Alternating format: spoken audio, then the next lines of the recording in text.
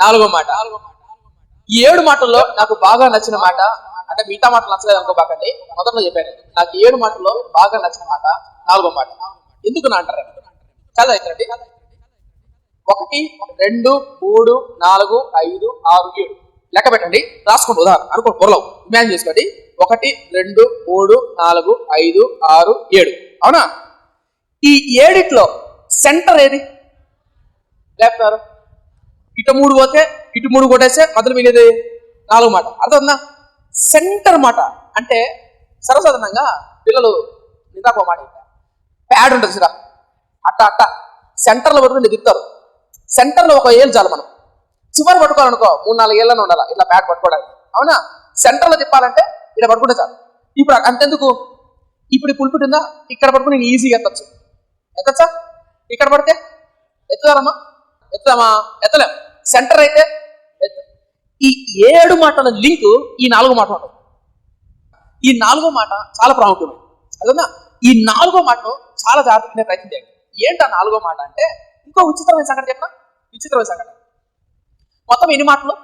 7 మాటలు. ఈ 7 మాటలను మత్తయి సువార్త, మార్కు సువార్త, లూకా సువార్త, యోహాను సువార్త, ఈ 4 సువార్తల్లో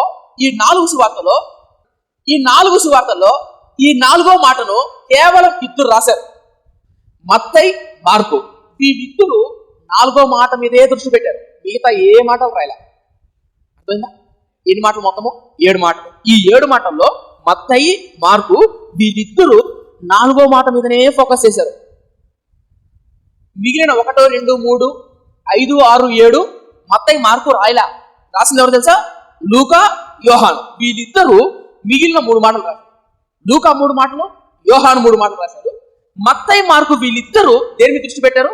4వ మాట మీద దృష్టి పెట్టారు.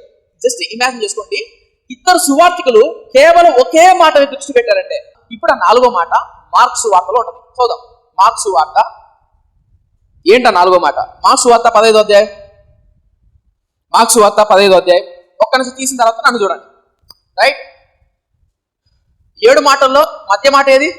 4వ మాట. మర్చిపోకూడదు ఎప్పటికీ. వచ్చే సంవత్సరం మళ్ళీ అడుగుతా. ఈ 4వ మాటను ఏ సువార్తికుడు రాశారు? మత్తయి, మార్కు ఇద్దరు రాశారు. మిగిలిన 3 మాటలు, ఇటు 3 మాటలు ఎవరు రాశారు? లూకా, యోహాను. లూకా, యోహాను 4వ మాట రాయలా, కేవలం మత్తయి, మార్కు మాత్రమే. ఈ 2 సువార్తికులు కేవలం అదొక్క మాట మీద ఏకాగ్రత పెట్టారు. ఏ ఒక్క మాట? 4వ మాట. ఇంతకు 4వ మాట ఏంటో ఇప్పుడు చూద్దాం. కింద 15వ అధ్యాయం 33వ వచనం. మధ్యాహ్నం మొదలుకొని, ఎక్కడంటది? మధ్యాహ్నం మొదలుకొని 3 గంటల వరకు ఆ దేశమంతటను చీకటి కమ్మెను. ఎన్ని గంటల వరకు? మధ్యాహ్నం మొదలుకొని 3 గంటల వరకు ఆ దేశమంతటను చీకటి కమ్మెను. 3 గంటలకు ఒకరి స్థలం కదండి. మధ్యాహ్నం 8 నుంచి అంట, మధ్యాహ్నం మొదలుకొని 3 గంటల వరకు, మధ్యాహ్నం అంటే మన భాషలో మాట్లాడు 12 అనుకోండి, 12 నుంచి 3 గంటల వరకు ఎలా ఉందంట? చీకటి కమ్ముకుంటుందంట. ఇప్పుడు యేసు ఎన్ని గంటలు మాట్లాడో చూడండి. 34వ వచనం. 3 గంటలకు యేసు ఏలోయి ఏలోయి లామా సబక్తాని అనే బిగ్గరగా కేక వేసెను. ఆ మాటలకు నా దేవా నా దేవా నన్నెందుకు చెయ్యి విడిచితవని అర్థము. రైట్? తలపై కదా ఇందాక చెప్పా. ఈ మాట నాకు చాలా ఇష్టమైంది and one of my favourite. 7 మాటల్లో, అంటే మిగతా కాదనుకోపకండి, మళ్ళీ చెప్తున్న మాటికి ఇది సెంటర్ వర్డ్స్. ఒక దైవజనుడు నా అన్నాడు, ఈ ప్రపంచంలో అత్యంత భయంకరమైన పాపిష్టి పని ఏంటి? మళ్ళా చెప్తున్నా, ఈ ప్రపంచంలో అత్యంత భయంకరమైన పాపిష్టి పని, పాపిష్టి స్థలం ఏంటి? ఆ పాపిష్టి స్థలాన్ని పోకూడదురా. పాపిష్టి దానా, పాపిష్టోడా అంటారా? అన్నది ఎప్పుడు? ఈ ప్రపంచంలో పాపిష్టి స్థలం, పాపిష్టోడు, పాపిష్టిది, పాపిష్టి స్థలం ఏంటి? పోనీ పాపిష్టి స్థలం ఏంటి? పోనీ పాపిష్టి పని ఏంటి? వ్యభిచారము, త్రాగుడు, మోసం, నరహత్య. ఈ ప్రపంచంలో పాపిష్టి స్థలం కలువరిగిరి. ఈ ప్రపంచంలో పాపిష్టి వ్యక్తి యేసుక్రీస్తు. ఏంది నా అంత మాట అన్నారా? ఇది ఇర్మియా వాళ్ళతో గుర్తుపెట్టుకోండి. ఏంది నా మాట అన్నావు అంటే గుర్తుపెట్టుకోండి. నా దేవా నన్ను ఎందుకు చెయ్యి విడిచన్నాడే? తండ్రి చెయ్యి వదిలిపెట్టడం కారణం ఏంటంటే, ప్రపంచంలో మానవ జాతి పాపం అంతా ఒక్కసారిగా ఆయన మీద పడిపోయింది. ప్రపంచంలో ఎక్కడ లేని పాపం అంతా ఒక్కసారిగా ప్రభువైన యేసుక్రీస్తు మొదలుపెట్టి ఒక్కసారిగా ఆ స్థలంలో ఆరోపబడింది. కాబట్టే ఒక దైవజనుడు అన్నాడు, అద్భుతమైన స్టేట్మెంట్, ఈ ప్రపంచంలో పాపిష్టి వ్యక్తి, పాపిష్టి స్థలం ఏదంటే కలువరిగిరి. ఆ శిలువలో వేలాడుతున్న ప్రభువైన యేసుక్రీస్తు. నీ పాపం, నా పాపం, నీ పాపం, నీ పాపం, నీ పాపం. ఇక్కడ కూర్చొని అందరూ మనం అంటాం కానీ ఎవరన్నా పాపిస్తోడు, ఏది నా పాపిష్టి స్థలం అంటే గుండెల మీద చేసుకొని బైబిల్ మొదలు పెట్టుకుంటే మనకు మించిన పాపిస్తోడు ఉన్నాడు. మనకంటే నేనైతే అనుకుంటా నాకు మించిన పాపిస్తోడు ఉన్నాడు. నాకు మించిన పాపిష్టి స్థలం ఏదైనా అంటే నా హృదయం. నా హృదయంలో గంట కొన్ని ఆలోచనలు వస్తాయి. మన కర్నూలు నుంచి ఒక అబ్బాయి ఫోన్ చేశాడు, కర్నూలు నుంచి. సార్ ప్రైజ్ రాడు సార్ అన్నాడు. ప్రైజ్ రాడు బాబు అని. సార్ సంజీవ్ సార్ ఉన్నారు. సంజీవ్ సార్ మాట చెప్తున్నాను. సార్ అన్నా, నేను మీ వాక్యాలు వింటా అంటున్నా, ఇన్స్టాగ్రామ్లో మిమ్మల్ని చూడాలన్నా, ఒక చిన్న మాట్లాడుతున్నా చెప్పండి అన్నాడు. సరే 2 నిమిషాలు అన్న మీతో మాట్లాడాలి. సరే మాట్లాడదు కదా, 2 నిమిషాలు కాస్త 2 నిమిషాలు సాగిస్తున్నాడు. అన్న ఇంకొక మాట అన్న. ఏంట్రా బాబు, ఏంది నీ బాధ అంటే, అన్న నేను బూత్ బొమ్మలకి ఎడిక్ట్ అయిపోయానన్న, సినిమాలకి ఎడిక్ట్ అయిపోయానన్న, నా వల్ల కావట్లేదన్న అని కాసేపు అడుగుతాడు. నా పలానా అమ్మాయిని ప్రేమిస్తున్నాను కాసేపు అంటాడు. సెల్ ఫోన్ చాటింగ్ అయిపోయిన కాసేపు అంటాడు. మళ్ళీ ఫైనల్గా ఏమంటాడు, అన్న తలంపులు నేను బాగా ఉండాలనుకుంటానా, ఇప్పుడు ఫాస్టింగ్ డేస్ కదా, లెంట్ డేస్ కదా, ఈ లెంట్ డేస్ లో గట్టిగా ఉన్నానా, ఓ 6 రోజుల తర్వాత పడిపోతున్నా, నా వల్ల కావట్లేదన్న, నా హృదయంలో ఆలోచన తలంపులు మారిపోతున్నాయన్న, నా హృదయాన్ని కాపాడుకోలేకపోతున్నానన్న, వేల ఆలోచన. అలా వ్యక్తిగతంగా మారుమూడిసి పొందిన వ్యక్తి కనిపిస్తుంది. ఈ ప్రపంచంలో పాపిష్టి స్థలం ఏదిరా అంటే మన హృదయం, మనమే. అలాంటి మానవ జాతి అందరిని పోల్చుకోండి, ప్రతి ఒక్కరి పాపక్రియలు, పాప హృదయాన్ని అంతా ఆయన మీద వేసుకున్నాడు. నేను ఏం చెప్పి ప్రయత్నం చేస్తున్నాను అంటే, ప్రభువైన యేసుక్రీస్తు ఈ భూమికి వచ్చినప్పుడు శిలువలో వేలాడుతున్నప్పుడు పలికిన 4వ మాట, నా దేవా నన్ను ఎందుకు చేయి విడిచి. దీని అర్థం దాని కోసం మీకు కొన్ని మాటలు చెప్తానే, కథలా చెప్తాను, ఊహల్లోకి వెళ్ళిపోండి. ఇప్పుడు ఇమాజిన్ చేసుకోండి, 9 గంటలకు సిలువ వేశారు. 9 నుంచి 12 గంటలకు ఏముంది, వెలుగు బాగా ఉంది. 12 నుంచి 3 గంటల వరకు ఎలా ఉంది, చీకటి ఉంది. ఊహించుకోండి, ఇమాజిన్ చేసి. 9 గంటలకు సిలువ వేసినప్పుడు ప్రభువైన యేసుక్రీస్తు 9 నుంచి 12 గంటల వరకు 3 మాటలు మాట్లాడారు. ఎన్ని మాటలు? 3 మాటలు. ఇంకా మిగిలింది ఎన్ని మాటలు? 4 మాటలు. ఈ 4 + 3 కలిపితే ఎంత? 7 మాటలు. 9 నుంచి 12 గంటల వరకు 3 మాటలు మాట్లాడారు. మిగిలిన 4 మాటలు 3 గంటలకు మాట్లాడారు. అంటే 9 నుంచి 12 గంటల వరకు 3 మాటలు మాట్లాడితే 1 గంటకు, 2కు, 3కు ఏమన్నా మాట్లాడారా? ఏం మాట్లాడాల, సైలెంట్గా ఉండాలి. సిలువ మీద అలా వేలాడుతూ రక్తం దారం కారిపోతుంది, ఒంట్లో నీరంతా కారిపోతుంది. మీరు ఎప్పుడన్నా యాక్సిడెంట్ జరిగిన మనుషులు చూడండి, రోడ్డు మీద బ్లడ్ కారిపోతుంటది. అలా బ్లడ్ కారిపోతున్నప్పుడు కాసేపు అన్కాన్షియస్లోకి వెళ్ళిపోతారు, స్లో తప్పోతారు. అవునా? వాళ్ళ మీద నీళ్లు చల్లి మొఖాన్ని నీళ్లు చల్లి అట్లా అయితే తడిపి అప్పుడు లేపుతారు మనిషి. అవునా? ఇలా బ్లడ్ అంతా వెళ్ళిపోతుంది అనుకో, మనిషి ప్రాణాపరిస్థితి వెళ్ళిపోతారు, బ్లడ్ వెళ్ళిపోయింది అనుకో. అందుకని త్వరగా అంటారు డాక్టర్లు, బ్లడ్ ఉండేదాన్ని, బ్లడ్ ఎక్కించండి. ఈవెన్ స్త్రీలకు కానీ ఎప్పుడైనా సరే ఆపరేషన్ చేసేటప్పుడు అలా కోస్తున్నప్పుడు బ్లడ్ ఎక్కువ బ్లీడ్ అవుతుంది. అలా బ్లీడ్ అవుతున్నప్పుడు అలా బ్లడ్ ఎక్కుతూ ఉంటుంది, ఇక్కడ బ్లడ్ అవుతూ ఉంటుంది. అవునా? ఆ బ్లడ్ అనేది తగిన విధంగా లేకపోతే మనిషి అన్కాన్షియస్లోకి వెళ్ళిపోయి చనిపోతాడు. ఊహించుకోండి, యేసుక్రీస్తు సిలువలో ఉన్నారు, చేతులకు మేకులు, కాళ్ళకు మేకులు కట్టబడ్డాయి. 9 గంటలకు వేలాడుతున్నారు. 9, 10, 11, 12, 1 గంట. ఈ 12 గంటల వరకు 3 మాటలు మాట్లాడారు. ఏమని? 3 మాటలు. మొదటి 3 మాటలు మాట్లాడారు. ఆ తర్వాత 1 గంట, 2, 3 మొత్తం చీకటి, నోటి నుంచి మాట రాలా, నీరసం. కానీ కొంచెం శక్తి తెచ్చుకొని పెద్ద కేకలు వేస్తూ మిగిలిన 4 మాటలు ఫ్రాక్షన్ ఆఫ్ సెకండ్లో మాట్లాడారు. టప మాట్లాడారు. ఎన్ని నిమిషాలు? 4 నిమిషాలు. ఈ 4 నిమిషాలు మాట్లాడడానికి నేను ఎందుకు ఈ టైం చెప్పాను తెలుసా? మనకు గుర్తుపెట్టుకోండి, బైబిల్ మనం చదువుకుంటూ వెళ్ళిపోతాం. ఎందుకు నాకు ఈ మాట చాలా ఇష్టము మనకు గుర్తుపెట్టుకో. ఈ టైం ఫ్రేమ్ గుర్తుంటే ఈ మాట ఎందుకు ఇష్టమో మీకు అర్థమవుతుంది. మళ్ళీ 9 నుంచి 12 వరకు ఎన్ని మాటలు మాట్లాడారు? ఎన్ని మాటలు? 3 మాటలు. 12 నుంచి 3 గంటల వరకు ఎన్ని మాటలు మాట్లాడారు? ఏం మాట్లాడలే. 3 అయితానే యేసు మాట్లాడడం మొదలు పెట్టాడు. ఎన్ని మాటలు మాట్లాడాడు? 4 మాటలు. ఎప్పుడు మాట్లాడాడు? 3. చనిపోయినప్పుడు 3 గంటలకే. మీకు అర్థం కలవుందా? ఈ 4 మాటలు ఫ్రాక్షన్ ఆఫ్ సెకండ్ లో మాట్లాడేశాడు. ఈ 4 మాటలు వెంటనే మాట్లాడేసి ప్రారంభించాడు. ఈ టైం ఫ్రేమ్ ఎందుకు చెప్పాను తెలుసా? ఈ గడియ గురించే గెత్సెమనే తోటలో భయంకరంగా ఏడ్చి ప్రార్థన చేశాడు యేసుక్రీస్తు. ఏమని తెలుసా? దేని గురించి? ఈ గడియ గురించి. మత్తయి సువార్త 26వ అధ్యాయం 26-36. అంతటా యేసు వారితో కూడా గెత్సెమనే అనబడిన చోటికి వచ్చి, నేను అక్కడికి వెళ్ళి ప్రార్థన చేసి వచ్చే వరకు మీరు ఇక్కడ కూర్చుండని శిష్యులతో చెప్పి. ఎక్కడికి వెళ్ళారంట? గెత్సెమనే తోటకి వెళ్ళారు. ఎవరు వెళ్ళారు? యేసుక్రీస్తు, శిష్యులు. ఎంతమంది శిష్యులు? 11 మంది ప్లస్ యేసుక్రీస్తు. ఎంతమంది మొత్తం? 12 మంది. ఇప్పుడు ఎక్కడున్నారు? గెత్సేమనే తోటలో. ఎందుకు వెళ్ళారు గెత్సేమనే తోటకి? ప్రార్థన చేయాలి. ఏమని ప్రార్థన చేస్తారు చూడండి కింద. చూడండి ఏమని ప్రార్థన. 39. కొంత దూరం వెళ్ళి సాగిలపడి, ఎవరు సాగిలపడుతున్నారు? యేసుక్రీస్తు సాగిలపడి, నా తండ్రి సాధ్యమైతే ఈ గిన్నె నా యొద్ద నుండి తొలగిపోనిమ్ము. ఆడేముందండి? ఈ గిన్నె నా యొద్ద నుండి తొలగిపోనిమ్ము, అయినను నా ఇష్ట ప్రకారం కాదు, నీ ప్రకారమే కానిమ్ము అని ప్రార్థించెను. ఆయన మరలా శిష్యుల యొద్దకు వచ్చి నిద్రించుట చూచి, ఒక గడి అయిన నాతో మేల్కొని ఉండలేరా? మీరు శోధనలో ప్రవేశించకూడనట్లు మెలకువగా ఉండి ప్రార్థన చేయుడు ఆత్మసిద్ధమే గాని శరీరం బలహీనమని పేతురుతో చెప్పి, మరలా 2వ మారు వెళ్ళి, నా తండ్రి నేను దీనిని తాగితేనే గాని ఇది నా యొద్ద నుండి తొలగిపోవట సాధ్యము కాని ఎడల నీ చిత్తమే సిద్ధించుగాక అని ప్రార్థించాడు. ఒక్కరి స్థలమే కదండి.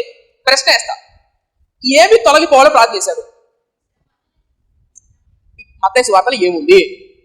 గిన్నె. ఇప్పుడు మార్క్స్ వార్త రండి. మార్క్స్ వార్త 14:32. వారు గెత్సేమనే అనబడిన తోటకు వచ్చినప్పుడు ఆయన, నేను ప్రార్థన చేసి వచ్చే వరకు మీరు ఇక్కడ కూర్చోండి తన శిష్యులతో చెప్పి. 34. అప్పుడు ఆయన అంటే ఎవరిడా? యేసుక్రీస్తు.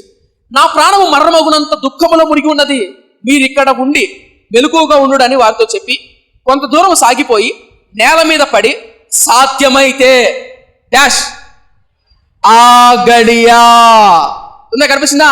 ఉందా? మత్తయి సువార్తలో ఉందా గడి గురించి? మత్తయి సువార్తలో ఏముంది? గిన్నె. ఇక్కడేముంది? బతికేసి. మీకేమైనా అర్థవుతుందా? మత్తయి సువార్తలో గడియ గురించి లేదు, గిన్నె గురించి ఉంది. మార్క్స్ సువార్తలో ఏముంది తెలుసా? గడియా. ఏంటా గడియా? చూద్దాం. 35. కొంత దూరము సాగిపోయి నేల మీద పడి, సాధ్యమైతే ఆ గడియ తన యొద్ద నుండి తొలగిపోవాలని ప్రార్థించుచు, నాయనా తండ్రి నీకు సమస్తము సాధ్యమే, ఈ గిన్నె నా యొద్ద నుండి తొలగించుము, అయినను నా ఇష్ట ప్రకారం కాదు, నీ చిత్త ప్రకారమే కానిమ్మని అనెను. తలపైకి తప్పదు. మత్తయి గిన్నె గురించి రాశాడు, గడి గురించి రాశాడా? గడియా రాయలా. మార్కు రాశాడా? ఏం రాశాడు? గడియ. ఆ గడియ అనుందా? ఈ గడియ అనుందా? ఆ గడి అంటే ఏ గడియ? రాబోతున్న ఒక సమయం. గడియ ఉందా? గడియాలు ఉందా? గడి అంటే ఒక గంట, ఆ క్షణం, ఆ గడియ. అర్థందా? నేను ఎందుకు ఇంత సాగబెట్టుకున్నానంటే, యేసుక్రీస్తు శిలువలో చనిపోతున్నప్పుడు 9 నుంచి 3 గంటల వరకు తండ్రి అస్తాన్ని పట్టుకొని ఉన్నాడు. 12 నుంచి 3 గంటల వరకు తండ్రి అస్తాన్ని పట్టుకున్నాడు. 3 దాటానే తండ్రి చెయ్యి వదిలిపెట్టాడు. ఆ చెయ్యి వదిలిపెట్టిన గడియ తట్టుకోలేకపోయాడు. తన జీవితంలో భరించలేని బాధ పెట్టినటువంటి వేదన గుండా, బాధ గుండా, కన్నీటి గుండా వెళ్ళిన క్షణం ఏదంటే ఆ గడియ. ఆ గడియలో తండ్రి కుమారుడి యొక్క చెయ్యి వదిలిపెడతానే తట్టుకోలేకపోయాడు. నిజమైన ఆత్మీయుడు, నిజమైన విశ్వాసి, నిజమైన సేవకుడు, నిజమైన క్రైస్తవుడు దేవుని సన్నిధి లేకపోతే తట్టుకోలేడు. ఆ గడియను, ఆ క్షణాన్ని భరించలేడు. నీకేమైనా అర్థవుతుందా? ఆ గడియ మాత్రం కోల్పోవడానికి ఇష్టం లేదు. నా దేవా నన్నెందుకు చెయ్యి విడిచిపెట్టి. ఆయన చెయ్యి వదిలిపెట్టాడు కాబట్టే ఈరోజు మనము రక్షణ పొందాం. మర్చిపో మాట చెప్తాను. తండ్రి బెల్లారి పనికి వెళ్ళి, కూలి పెళ్లికి వెళ్ళి కష్టపడకపోతే బిడ్డల కడుపు నిండదు. తండ్రి రాత్రి మగళ్ళు మేలుకొని కష్టపడకపోతే బిడ్డలకు ఒంటి నిండా బట్టలు ఉండవు, కడుపు నిండా భోజనం ఉండదు. కడుపు నిండా భోజనం, ఒంటి నిండా బట్ట ఉండాలంటే, కట్టుకోబోయే ఇల్లు కానీ సంసారం సుఖవంతమైన జీవితం గడపాలంటే తండ్రి కష్టపడాలా, తల్లి కష్టపడాలా. అవునా? ఆ కష్టం బిడ్డలకు క్షేమాన్నిచ్చింది. అలాగే ప్రభువైన యేసుక్రీస్తు ఈ భూమి మీదకి వచ్చినప్పుడు తండ్రిగా ఆయన కష్టపడ్డాడు. తన ప్రాణాన్ని, తన జీవితాన్ని, తన రక్తాన్ని దారపోసాడు కాబట్టి ఈ రోజు మనకు ఆ రక్షణ వచ్చింది. ఆయన చెయ్యి విడిచిపెట్టాడు కాబట్టి ఈ రోజు మనం రక్షణ పొందాం. సో మై ఫ్రెండ్స్, క్రైస్తవులుగా మన జీవితాల్లో కూడా పాతకాలంలో ఒకప్పుడు సేవకులు అతోనిరం చేస్తాను, William Carey, William Booth, D L Moody, గొప్ప గొప్ప దైవజనులు వాళ్ళ దేశాలు, వాళ్ళ కుటుంబాలను వదిలిపెట్టి అనేక దేశాలకు, అనేక ప్రాంతాలకు వెళ్ళి దేవుని సువార్తను, దేవుని ప్రేమను ప్రకటించారు కాబట్టి ఈ రోజు మనం దేవుని వాక్యాన్ని చదవగలుగుతున్నాం. మీకు తెలుసా విషయం? ఇర్మియా ఈ గ్రంథాన్ని రాస్తున్నప్పుడు, ఇర్మియా రాసిన గ్రంథాన్ని చింపేస్తాడు రాజు, కాల్చేస్తాడు రాజు, మళ్ళా రాస్తాడు. ఈ బైబిల్ వాక్యాన్ని తర్జుమా చేయొద్దని, ఈ బైబిల్ వాక్యాన్ని చదవకూడదని, ఈ బైబిల్ వాక్యాన్ని అనేకులకు చేరకూడదని ఎంతో మందిని నిప్పులు పెట్టి కాల్చారు. తెలుసా మీకు విషయం? హెచ్చరిక తోట ప్రార్థన చేస్తున్నప్పుడు ఆ గడియను నిశ్చితమైతే దూరం చేయి ప్రభువా. ఎందుకు? నువ్వు నేను వేరే ఉండట నేను చూడలేనయ్యా. నా వ్యక్తిగత జీవితంలో ఇలా ప్రార్థిస్తున్నాను. హిజ్కియా గురించి మనం ధ్యానం చేసినప్పుడు దేవుడు అంట హిజ్కియాను దేవుడు పరీక్షించాలని చెయ్యి వదిలిపెడతాడంట. బైబిల్లో మాట హిజ్కియాను పరీక్షించాలని దేవుడు ఏం చేశాడంట? చెయ్యి వదిలిపెట్టాడు. ఆ మాట చదువుతున్నప్పుడు నాకు ఒళ్ళు భయం పుడుతుంది. ఎందుకు భయం పుడుతుందేమో, ఎందుకంటే దేవుడు పరీక్షించాలని చెయ్యి వదిలిపెడితే చాలు పడిపోతాం మనం. దేవుడు పరీక్షించాలని చెయ్యి వదిలిపెడితే చాలు పడిపోతాం. నేనైతే అందుకనే ప్రభువా, పరీక్షించే సమయమైనా సరే నన్ను వదిలిపెట్టద్దు నాయన. ఒక దైవజనుడు ఒక స్టేట్మెంట్ చేశాడు. సూర్యుడు ఉన్నాడా లేదా? ఉన్నాడా? వర్షాకాలంలో మేఘాలు అల్లుకున్నప్పుడు, మబ్బులు కారు మోగినప్పుడు సూర్యుడు కనపడతాడా? కనపడనంత మాత్రాన సూర్యుడు లేనట్టమా? నీకేమో అర్థందా? మేఘాలు అలుముకున్నాయి, మబ్బు కప్పుకుంది, కానీ సూర్యుడు ఎక్కడ ఉన్నాడు? మేఘాల పైన ఉన్నాడు. సూర్యుడు లేడు అని అనగలుగుతామా? అనలే. మన జీవితాల్లో కూడా కొన్ని సందర్భాల్లో దేవుడి సన్నిధిని అనుభవిస్తాం, కొన్ని సందర్భాల్లో దేవుడి సన్నిధిని అనుభవించలేనంత మాత్రాన దేవుడు చెయ్యి వదిలిపెట్టినట్టు కాదు. కాబట్టి విశ్వాసంతో సూర్యుడు ఉదయిస్తాడు అనేది ఎంత వాస్తవమో, నా పరలోకమందున తండ్రి నన్ను పట్టుకోనున్నాడు, నా చెయ్యి పట్టుకొని నడిపిస్తాడు అన్నది కూడా అంతే వాస్తవం. నా కోసం ప్రభువైన యేసుక్రీస్తు ప్రాణం అర్పించాడని కూడా అంతే వాస్తవం. నేను ఏంటి ప్రయత్నం చేస్తానంటే, నిజమైన విశ్వాసి, నిజమైన సేవకుడు, నిజమైన కాపరి దేవుడు విడిచిపెట్టే గడియను, దేవుడి సన్నిధి లేని గడియను కోరుకోడు. నాకు వద్దయ్యా ఆ గడియ, తట్టుకోలేనయ్యా దేవుడి సన్నిధి లేకపోతే, దేవుడి ప్రసన్నత లేకపోతే ఆ గడియ నాకు దూరం చెయ్యా అని కన్నీటితో ప్రార్థన చేస్తాడు. యేసుక్రీస్తు గెత్సేమనే తోటలో ఉన్నప్పుడు ఏమని ప్రార్థన చేశాడు? ఆ గడియ నా యుద్ధం నుంచి నిశ్చితమైతే తొలగించయ్యా. ఇప్పుడు చాలా మందికి ఉన్న ప్రశ్న ఏంటంటే, ఇంత గిన్నె ఏంటి? గిన్నె అంటే ఏంటి? దేవుని తీర్పు మానవ జాతి మీద రాబోతున్నప్పుడు కీర్తన గ్రంథంలో, ఇర్మియా గ్రంథంలో, యెషయా గ్రంథంలో ఈ గిన్నె గురించి ప్రస్తావన. ఇదే గిన్నెను యేసుక్రీస్తు తన శిష్యులతో మాట్లాడతాడు. చిట్ట చివరి దినాలు గెత్సేమనే తోటలో ఇదే ప్రార్థన చేస్తాడు. చూపించాలా? ముందుకు చూపించమంటారా? లేకపోతే గిన్నె గురించి కీర్తన గ్రంథంలో ఏముందో చూపిస్తుంది చూడండి. కీర్తన గ్రంథం 75వ కీర్తన 8వ వచనం. యెహోవా చేతిలో ఒక పాత్ర ఉన్నది, అందులో ద్రాక్షారసము పొంగుచున్నది, అది సంభారముతో నిండి ఉన్నది, ఆయన దానిలోనిది పోయిచున్నాడు. భూమి మీద ఉన్న భక్తిహీనులందరూ మట్టితో కూడా దానిని పీల్చి మింగివేయవలెను. కనిపించిందా? గిన్నె కనిపించిందా? ఒక పాత్ర ఉందంట, ఆ పాత్రలో ద్రాక్షారసం పొంగుతుందంట, అది ఎవరి మీద పడుతుందంట? భక్తిహీనులందరినీ మింగివేదా. మళ్ళీ ఒక మాట చూద్దాం, వివరించట్లేదు, టైం అయిపోతుందని ముందుకు వెళ్ళిపోతున్నా. యెషయా గ్రంథం 51, యెషయా గ్రంథం 51వ సరస్సు 17 యెరూషలేమా లెమ్ము, యెహోవా క్రోధ పాత్రను ఆయన చేతి నుండి పుచ్చుకొని త్రాగినదానా, తూలి పడచేయు పాత్రలోనిదంతటిని తాగినదానా నిలువు. కనిపిస్తుందా? తలపై కదా. ఆ పాత్రలోనిది తాగినదానా అంటే ఏంటంటే, పాత్ర గిన్నె అనగా దేవుని తీర్పు. ఇప్పుడు దేవుని తీర్పు అంటే ఏంటి? ఇంకో వచ్చిన చదివి తర్వాత ఎక్స్ప్లెయిన్ చేస్తాను కొంచెం. ఇర్మియా గ్రంథం 25:10 ఇశ్రాయేలు దేవుడైన యెహోవా నాకు ఇలాగూ సెలవిస్తున్నాడు, నీవు ఈ క్రోధపు మధ్య పాత్రను నా చేతిలో నుండి తీసుకొని నేను నిన్ను పంపుచున్న జనములన్నిటికీ దాన్ని త్రాగింపుము. ఏ పాత్ర అంటే అది? క్రోధ పాత్ర. క్రోధ అంటే కోపంతో కూడినటువంటి పాత్ర, కంపుతో పని. గిన్నె అంటే చాలా మంది అంటారు సిలువ అని, శ్రమలని. కానీ నేనేమంటానంటే తీర్పు, దేవుడి తీర్పు. మరి సిలువ శ్రమలు కాదా? అది కూడా. అంటే మీకు అర్థం చెప్తా. ఇప్పుడు మా దగ్గర జోయల్ ఉన్నాడు, నేను టీచర్ అనుకోడు కాదు. జోయల్ ఎగ్జామ్ రాశాడు, కానీ ఎగ్జామ్లో ఫెయిల్ అయ్యాడు. ఫెయిల్ అయిన దానికి టీచర్లు అప్పుడు పేపర్లో పెట్టుకుంటారు. పేపర్ ఒక మనిషి వచ్చారు, టీచరు ఇట్లా మడత పెట్టి, టీచర్ వస్తారు కదా ఇట్లా పట్టుకొని వచ్చి రిజల్ట్స్ రోజు పెద్ద ఒకటి మా సార్ అయితే అంటే వచ్చేవాడు. అలా వచ్చి పేపర్లు ఆడేచ్చాడు. ఏరా అబ్బాయిలు కూర్చున్న తర్వాత ఇంకొకరు పేపర్ తీశారు. వచ్చిన తర్వాత ఏరా నీకు 25కు 9 వచ్చినాయి, 8 వచ్చినాయి అంటాడు సార్. వచ్చిన తర్వాత సార్ ఏం చేస్తాడు? చేతుల్లో చేద్దాం అన్నప్పుడు చేతితో కొడతాడు. Very good.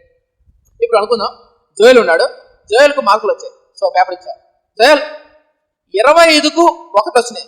ఏమైనా 1 వచ్చినాయి అన్న, తప్పు అనుకోకుండా ఉదాహరణ అన్న. ఇప్పుడు 1 వచ్చినాయి అన్నప్పుడు ఇప్పుడు మనోడు తప్పు చేశాడు, లేదా ఎగ్జామ్లో ఫెయిల్ అయ్యాడు. ఏంట్లో? ఎగ్జామ్. ఇప్పుడు మనోడు మీదకి ఏం రావాలా? శిక్ష రావాలి. ఆ తర్వాత ఇప్పుడు చాలు. ఈ పేపరు నీకు చూస్తున్నప్పుడు, నిలబెడుతున్నప్పుడు ఈ పేపర్కు ఆ అబ్బాయికి మధ్య ఏం చేస్తాను? నేను తీర్పు తీరుస్తాను. ఎందుకు తక్కువ వచ్చినాయి, ఎందుకు మార్కులు ఇలా వచ్చాయి, ఎందుకు నువ్వు చదవలేదు, ఎందుకు ఇలా చేశావు, తీర్పు తీరుస్తా, ప్రశ్న వేస్తా. ఆ ప్రశ్నకు మనోడు, సార్ పొద్దున్న లేసి మా నాన్న మా అమ్మ నన్ను సరిగ్గా చూసుకోవట్లేదు, పొద్దున్నే సాక్షి పేపరు, ఈనాడు పేపరు, ఆ తర్వాత ఆరోగ్యశ్రీ తోటల పాలేసి ఇల్లు తిరిగి కష్టపడి ప్రయాసపడుతున్నాను సార్ అంటే, అప్పుడు సార్ గుండెగా కంటి నీళ్ళు గారి, అవునా నాయన అయితే నీకు ఒక్క మార్కు రావడం తప్పేం లేదు లేపో అన్నాడు. అలా చెప్పాడు అనుకో, దానికి ఒక తీర్పు ఉంటుంది. అలా కాకుండా సాయంత్రం అయితే నీ ఫీజులు తిరుగుతూ సందు తిరుగుతూ ఆడబడితే ఆడ కానొచ్చు. అప్పుడప్పుడు సాయంత్రం పిల్లకాయలు కానొచ్చు. ఏం చేస్తారంటే బొంగరాలు ఏంటంటే ఆడుకుంటారు పిల్లకాయలు, అవునా? ఇలా ఆడుకుంటూ ఉంటూ ఇలా చేస్తూ ఈ సార్ అడుగుతున్న ప్రశ్నలు, ఈ మార్కులు, దీన్ని ఏమంటారు? ఏమంటారంట? తీర్పు. ఒప్పుకుంటా. ఈ తీర్పులో మనోడు ఫెయిల్ అయితే వచ్చేదేంటి? అమ్మయ్యా, అర్థమైందా?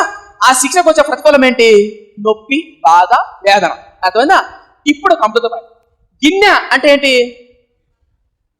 గిన్నె అంటే ఏంటి? తీర్పు. ఆ తీర్పు వెనక వచ్చేది ఏంటి? శిక్ష. శిక్ష అంటే ఏంటి? సిలువ.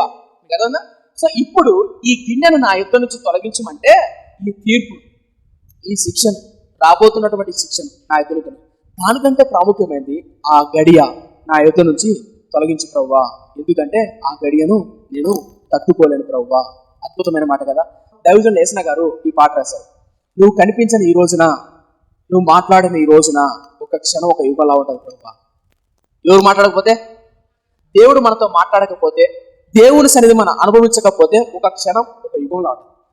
సో మనం కూడా ప్రభుని అడుగుదాం, ప్రభువా నేను విడిచిపెట్టే క్షణాలు, నీ సన్నిధికి నీ ప్రసన్నతకు దూరం అయ్యే క్షణాలు నాకు వద్దు నాయన, నా జీవితంలోంచి దూరం చేయి. ఎలవెలలా నువ్వు నేను ఐక్యమై జీవించే కృప నాకు ఇవ్వు.